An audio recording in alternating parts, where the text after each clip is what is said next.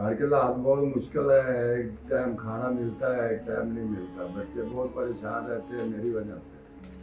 मेरा ऑपरेशन नहीं हुआ इसलिए 5-6 महीने तो बच्चे जो रहने ना वो बहुत ज़्यादा परेशान है। हमारे खानदान में कोई भी औरत घर से बाहर काम नहीं करती, सिर्फ मेरी वालदा जाती है ना, बहुत शर्मिंदगी होती है, बाहर जाती है किसी के सामने से नहीं पड़ाती तो लोग तरह तरह की बातें करते हैं, तो शर्मिंदगी होती है, अच्छा नहीं लगता। मगर मजबूरी है, मजबूरी सब कुछ हुआ है। भरपूर अपील करता हूँ वज़ीर आला साहब से कि खुदा के लिए इस बंदे के लिए कुछ करे। ये बहुत मजबूर बंदा है इस वक्त, मुझे ज़ाती तौर पर कोई लालच नहीं है। मैं ये कहता हूँ कि इस बेचारे का कुछ ना कुछ हल निकालें, कोई रिलीफ इसको मिल जाए किसी किस्म का। हमें पैसे नहीं चाहिए, हमें सिर्फ ऑपरेशन हो जाए तो ये बंदा खुद रोजगार पे लग जाएगा, तो हालात खुद बदल जाएंगे। हम अल्हम्दुलिल्लाह पहले भी गुजारा करते थे, अब भी गुजारा करेंगे। अस्सलाम वालेकुम फ्रेंड्स, मैं हूं आपका मेज़बान हादी जान और आज मैं इस वक्त शौकत साहब के घर में मौजूद हूं, जिनका 4 माह पहले म्यू हॉस्पिटल में जो है जिन्हें एडमिट किया गया हर्निया के ऑपरेशन के लिए, मगर चंद हफ्तों के बाद इनका ब्लड टेस्ट करवाया गया जिसमें HIV एड्स पॉजिटिव आया और इन्हें बगैर किसी इलाज के डिस्चार्ज कर दिया गया। अब मेरे साथ उनके दोस्त मौजूद हैं जो इनकी कफालत कर रहे हैं 4-5 माह से। अस्सलाम वालेकुम। वालेकुम सलाम। आपका नाम क्या है और आप करते क्या हैं? मेरा नाम इफ्तिखार अली है। मैं एज ए वेटर काम करता हूँ होटल पे, बिया रेस्टोरेंट शदरा मोड़ पे होटल है जिसमें मैं काम करता हूँ। अच्छा सर, 4 माह पहले आपने बताया बकौल आपके कि इनको एडमिट करवाने के लिए हर्निया के ऑपरेशन के लिए आप न्यू हॉस्पिटल में गए, HIV पॉजिटिव आ गया, उसके बाद डॉक्टर्स का क्या कहना था? जब हम हड्डियों के ऑपरेशन के लिए मेवास्ता में गए तो हमें उस वक्त तक ये इल्म नहीं था कि शौकत अली जो मेरे दोस्त हैं, बहुत ही अच्छे दोस्त हैं, कि इनका HIV पॉजिटिव है। तो इलाज चलता रहा, उधर गए, टेस्ट वगैरह मुकम्मल किए, उन्होंने सारे टेस्ट हो गए हैं, एडमिट भी कर लिया उन्होंने। पहले 2-3 चक्कर लगाने के बाद एडमिट किया। एडमिट करने के बाद टाइम नहीं दिया गया ऑपरेशन के लिए। वापसी पे हम आ रहे थे तो उन्होंने हमें जुमेरात का टाइम दिया था, जुमेरात को आपको दाखिल कर लेंगे।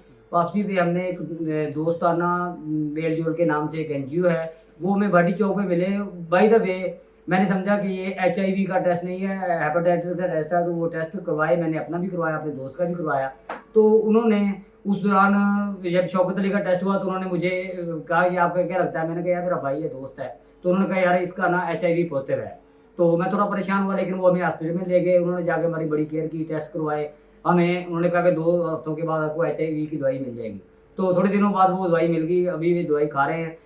उसके बाद जब हम जुमेरात को अस्पताल में गए, म्यू अस्पताल में, तो उन्होंने टेस्ट लिख के दिए HIV का और हेपेटाइटिस का। जब हमने ये टेस्ट करवाया, बाहर से टेस्ट करवाया, तो उन्होंने टेस्ट पॉजिटिव आया। तो जब डॉक्टर के पास दोबारा लेके गए तो डॉक्टर ने बगैर कोई वजह बताए उन्होंने कहा कि आप ना दोबारा आ जाएं। 2 दिन के बाद दोबारा गए तो डॉक्टर साहब ने कहा कि आपका ऑपरेशन नहीं हो सकता क्योंकि आपका HIV पॉजिटिव है, हम ये खतरा नहीं ले सकते। मैं ये पूछना चाहता हूँ हमारे वाला से, वज़ीर आला से मेरी अपील है कि अगर किसी बंदे का HIV पॉजिटिव आ जाए उसको गोली मार देनी चाहिए या वो खुदकशी कर ले।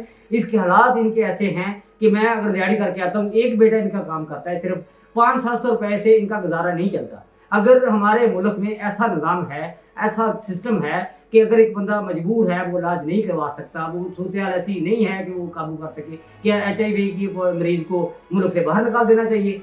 क्या उसके लिए क्या सजेशन है हमारे मुल्क के? मैं वज़ीर आला से मेरी अपील है, मैं वज़ीर आला परवेज़ इलाही से, चीफ जस्टिस साहब से, आर्मी चीफ से अपील करता हूँ कि जिस तरह भी हो इस बंदे के घर आके इसकी सूरत हाल देख लें, इसके हालात देख लें। इसका गुजर बसर नहीं हो रहा। इसकी बीवी जब से ये 4 महीने से बीमार है, इसकी बीवी हॉस्पिटल में है, बीवी काम कर रही है।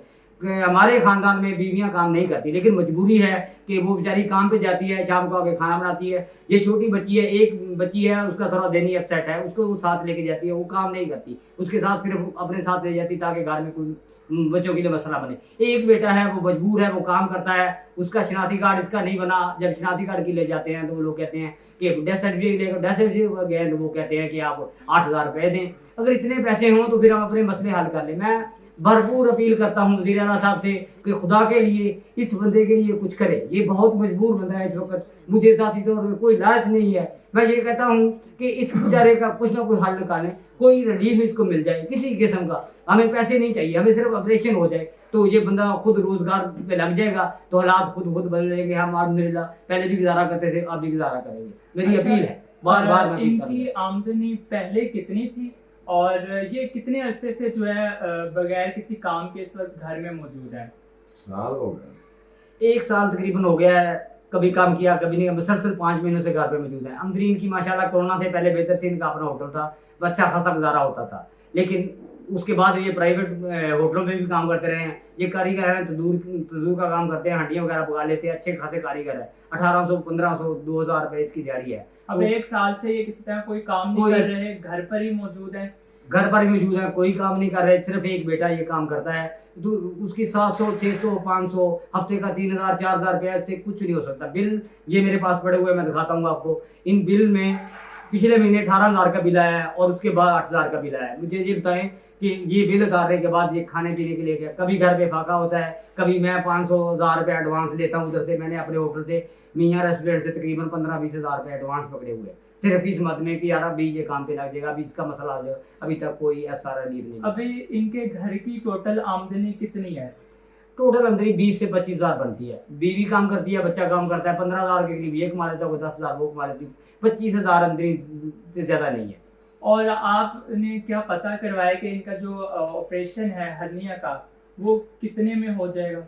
मैंने 1-2 जगह पता कराया है। फिर भट्टियों से अस्पताल पूछा है, एक लबड्डी अस्पताल पूछा है। वो लबड्डी वाले कह रहे हैं 30,000 रुपया, जो दूसरे हैं वो कह रहे हैं 25,000 रुपया। अभी खुदा की कसम ये हकीकत है कि मैं कोशिश कर रहा हूँ कि अगर मेरे पास इतने पैसे आ जाए तो मैं बगैर किसी की सपोर्ट लेने के ये करवा लूँ। लेकिन मेरे पास इतने अभी पैसे इकट्ठे नहीं हो रहे। 25-30 हज़ार का बंदोबस्त भी नहीं हो रहा। अब कम से कम ये कहा है, लेकिन अगर किसी अच्छे अस्पताल से कराएं तो 50,000 के भी पैसे लगते हैं। अंकल जी, घर के हालात अब कैसे लग रहे हैं आपको? घर के हालात बहुत मुश्किल है। एक टाइम खाना मिलता है, एक टाइम नहीं मिलता। बच्चे बहुत परेशान रहते हैं मेरी वजह से। मेरा ऑपरेशन नहीं हुआ इसलिए 5-6 महीने तो बच्चे जो रहने हैं ना वो बहुत ज़्यादा परेशान है। हॉस्पिटल वाले चक्कर लगा लगा के किसी से पैसे पकड़ के वो 12-14 हज़ार रुपया लगाया है। उसने कुछ नहीं सिला दिया। ऐसे खज्जल खराब करके मुझे छोड़ दिया। पहले आपकी मिसेज जो है वो काम करती थी या आपकी वजह से उन्होंने नहीं, नौकरी start की? पहले उसने काम नहीं किया। मेरे घर वालों ने पहले काम नहीं किया।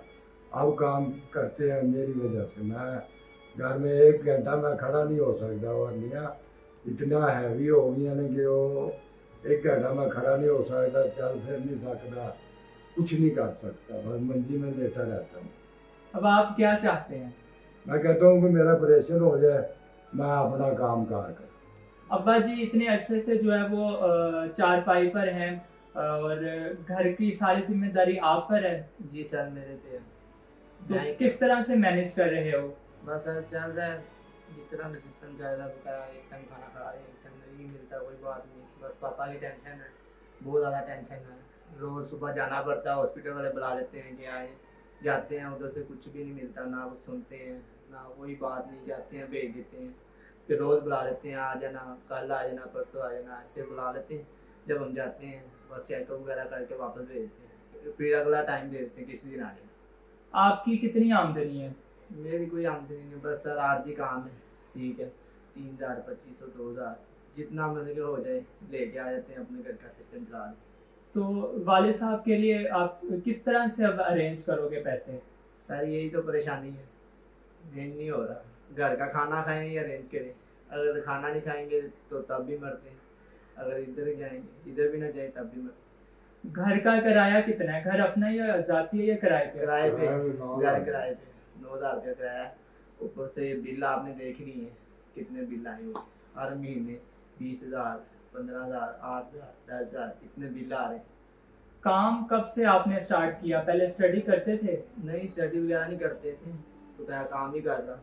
तो पहले कुछ और काम कर रहा था, पापा के साथ दुकान पे होता था।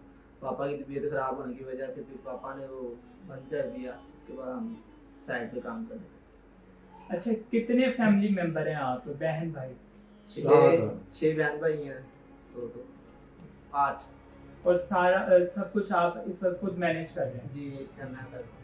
अच्छा, वालिद साहब के बाद जो है अब आप जो है वो आमदनी का एक जरिया है। इसके साथ मैंने सुना आपकी वालिदा जो है वो भी काम करती हैं, तो कैसा लगता है, अब क्या महसूस होता है?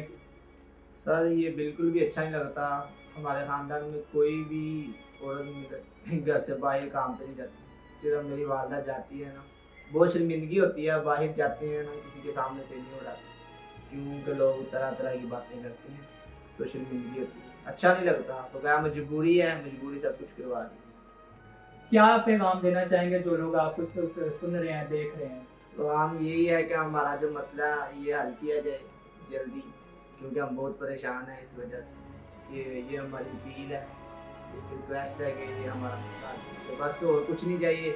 ये मेरे पापा हैं, इनका ऑपरेशन हो जाए, हमारे घर के हालात इंशाल्लाह सेट हो जाए। नाज़रीन, तो आपने इनकी बातें सुनी, जानी।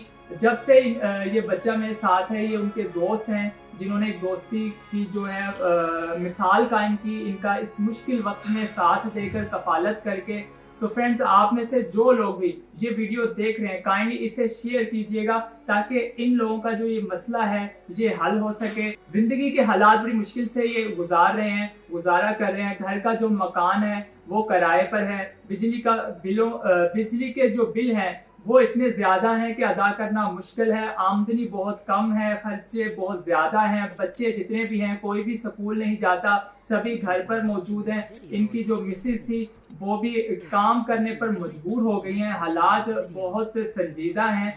नाज़रीन, आप में से जो लोग इस वक्त ये वीडियो देख रहे हैं, काइंडली हमारी किसी तरह की अगर आप इमदाद कर सकते हैं तो आप हमारे साथ रब्ता कीजिएगा हमारे व्हाट्सएप पर।